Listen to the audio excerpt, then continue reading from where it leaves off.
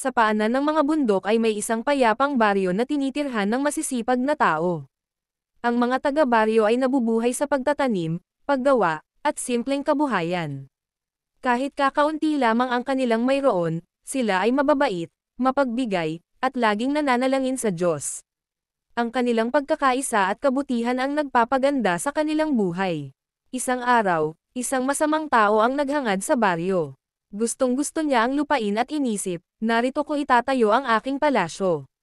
Ngunit upang maisakatuparan ito, kailangan niyang palayasin ang mga tao. Sa kasakiman, inutusan niya ang isang jin na takutin at paalisan ang mga taga-baryo. Dumating ang jin na may malalakas na sigaw, tinatakot ang lahat.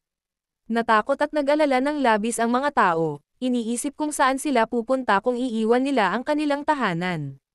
Sa luha at paghihinagpis, sila'y dumulog sa Diyos, "O Diyos, iligtas mo kami sa kapahamakang ito." Narinig ng Diyos ang kanilang panalangin at nagpadala ng isang anghel ng awa. Ang anghel ay nagbigay ng lakas ng loob, nagsabi, "Huwag kayong matakot. Hindi kayo kayang saktan ng jin na ito, sapagkat kasama ninyo ang Diyos." Kinabukasan, nang bumalik ang jin, ang anghel ay nanalangin sa Diyos. Sa kalooban ng Diyos, ang jin ay nasunog at naging abo. Ang masamang tao na palihim na nanonood ay nabigla. Inisip niya, ito'y tiyak na matuwid na lingkod ng Diyos.